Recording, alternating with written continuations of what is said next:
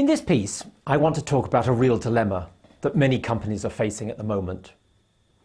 Performance is so key that individual managers need to be made more accountable for a specific part of overall business performance. In today's complex organisations, accountabilities are often confused because to get most things done requires the cooperation of many people.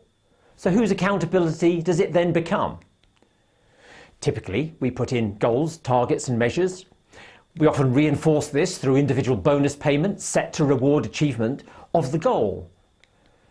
We use accountability as a means of control, establishing what needs to be done, signing the task and rewarding when it gets done. But this has an unintended consequence, and that is individualism.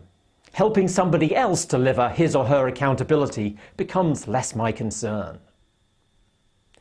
The other side of the dilemma is that managers need to cooperate across organisational lines, across businesses, across countries, in order to meet the needs of ever more demanding customers. Customers are not great respecters of internal organisation divisions, so we need managers to offer help and support to colleagues in other countries or units, for which they may get no recognition.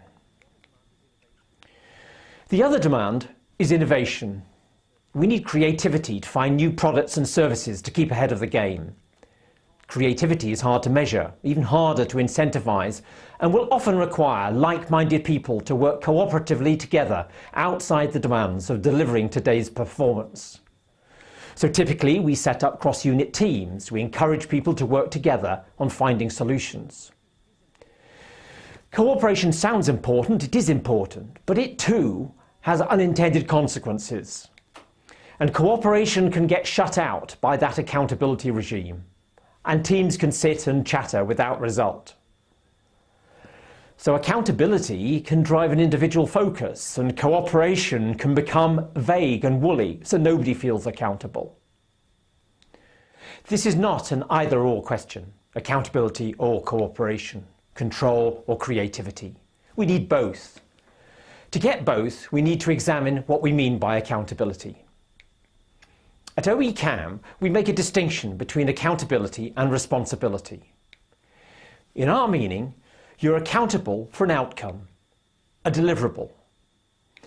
You may be only directly responsible for some of the people, resources and money to deliver that outcome, but the job is still to gather the resources, either directly or indirectly, to deliver the result.